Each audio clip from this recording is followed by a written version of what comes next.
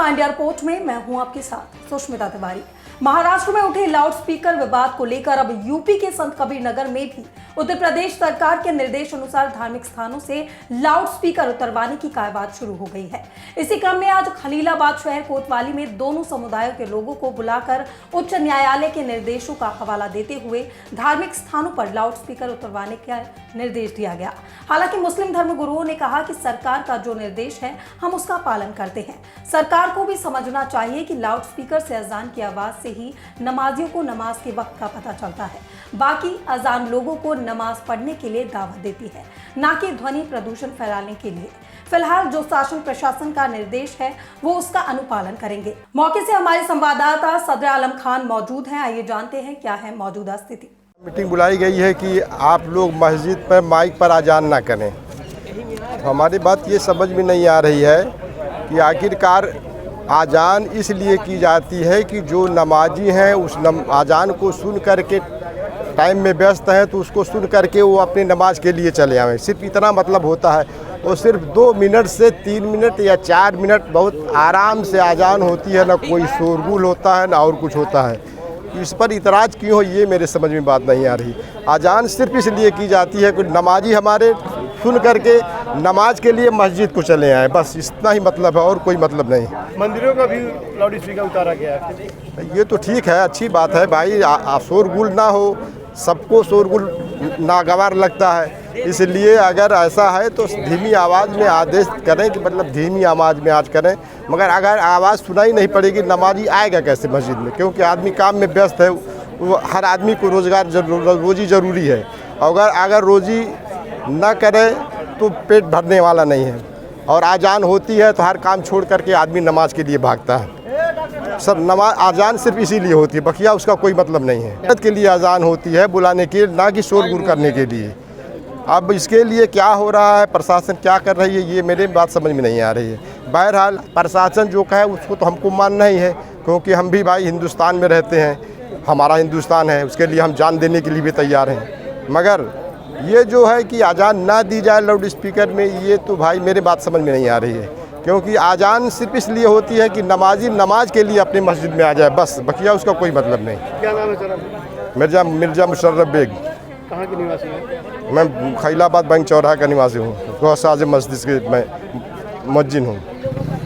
ये माइक जो है मस्जिदों या मंदिरों पे जो माइक है उसको लेकर के जो हाई कोर्ट का आदेश है उसी को लेकर यहाँ था कि जिसके पास परमिशन है वही माइक चला सकता है, और जिसके पास परमिशन नहीं है फ़ौरन माइक उतार दे। और नए परमिशन के लिए जो है एसडीएम साहब के वहाँ जा कर के एक फॉर्म आता है, उस प्रोफार्मा को भर दें।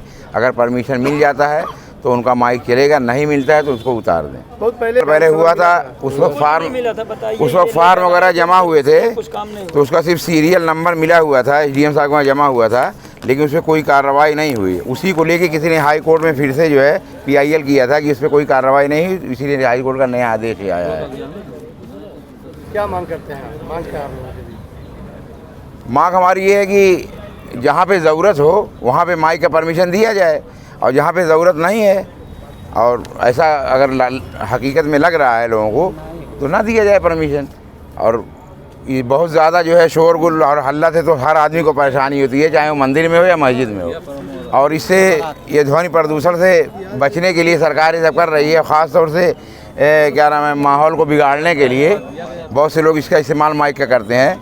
तो बेहतर है अगर इस पर पाबंदी लगाई जाए और ये जो है नियम और कानून के दायरे ही में चले तो ज़्यादा अच्छा है। लेकिन सबसे ज़्यादा ज़रूरी है जो डीजे वाले जो है शादी में या वैसे भी गाड़ी पे ले करके बहुत तेज़ आवाज़ें बजाते हुए चलते हैं, सबसे पहले उस पर भी पाबंदी नहीं, उस पर भी ये है कि एक वो पाबंदी लगाई जाए। और अगर जहाँ पे रैली वगैरह में माइक की ज़रूरत है उसमें भी एक सीमित क्षेत्र के अंदर और सीमित डेसिबल के अंदर जो है उसकी परमिशन दी जाए। उच्च न्यायालय का एक आदेश रहा है पहले भी कि अगर कोई भी व्यक्ति, कोई भी व्यापारिक संस्थान, कोई भी धार्मिक स्थल जो उनके लिए अनुमन्य ध्वनि स्तर है उससे ज़्यादा पे अगर तेज़ आवाज़ में लाउड स्पीकर या ऐसा कोई भी ध्वनि संयंत्र प्रयोग कर रहा है जिससे जनमानस को समस्या हो रही है तो वो अलाउड नहीं है। इसी क्रम में यह भी है कि कोई भी लाउड स्पीकर अगर आप लगाते हैं जो पब्लिक लेवल पे आता है तो उसके पर्मिशन भी लेनी होती है। तो इन दोनों के बारे में लोगों को सेंसिटाइज़ किया जा रहा है लोगों से वार्ता की जा रही है, उन्हें समझाया जा रहा है और लोग स्वयं स्वेच्छा से जो लोग मान रहे हैं वो अपने लाउड स्पीकर हटा रहे हैं और वॉल्यूम जो है ऐसा रखा जा रहा है कि उस प्रतिष्ठान या उस धार्मिक संस्थान के अंदर ही वॉल्यूम आए, उसके है बाहर तक ना आए, ताकि जो स्कूल जाने वाले बच्चे हैं या वृद्ध लोग हैं या बीमार लोग हैं, हॉस्पिटल स्कूल में जो बच्चे पढ़ रहे हैं या जो लोग भर्ती हैं उनको कोई समस्या ना हो। इसी क्रम में हम लोग अभी कार्रवाई कर रहे हैं और इसमें आज अभियान चला करके कार्रवाई की जा रही है। कल भी ये चला था और आज भी चलाया जा रहा है। सर, लोगों से क्या अपील करना चाहेंगे आप? देखिए, जनता से मेरी यही अपील है कि कोई भी आपके यहाँ अगर शादी त्यौहार कुछ भी अगर होता ऐसा होता है तो भी अपनी जो वॉल्यूम है वो कम रखें, क्योंकि आपके तो खुशी का मौका है, पर बगैर में अगर कोई बीमार व्यक्ति है, कोई वृद्ध व्यक्ति है या कोई बच्चा पढ़ने की कोशिश कर रहा है तो ये हमारा सामाजिक दायित्व है कि उसे कोई परेशानी ना हो। तो इसमें हम सबको सजग होना पड़ेगा, हमें अपने समाज के प्रति सजग होना पड़ेगा और उसके हिसाब से हमें कार्रवाई करनी पड़ेगी। क्या ऐसा माना जाए कि मस्जिद, मंदिर या गुरुद्वारे से लाउड स्पीकर पूरी तरीके से हटाया जाएगा? नहीं, ऐसा कभी भी नहीं कहा जा रहा है। जो भी आवाज़ है उसकी वो आवाज़ अपने परिसर तक ही रहे, या अगर बाहर जो भी व्यक्ति है वो परेशान ना हो इस वक्त, क्योंकि देखिए सबकी अपनी श्रद्धा है, सबकी अपनी भक्ति है और हम सबको दूसरों की जो है श्रद्धा उसकी भक्ति का भी ध्यान रखना चाहिए। उत्तर प्रदेश के मुखिया योगी आदित्यनाथ के निर्देश पर मंदिर और मस्जिदों से लाउड स्पीकर हटाने की कवायद चल रही।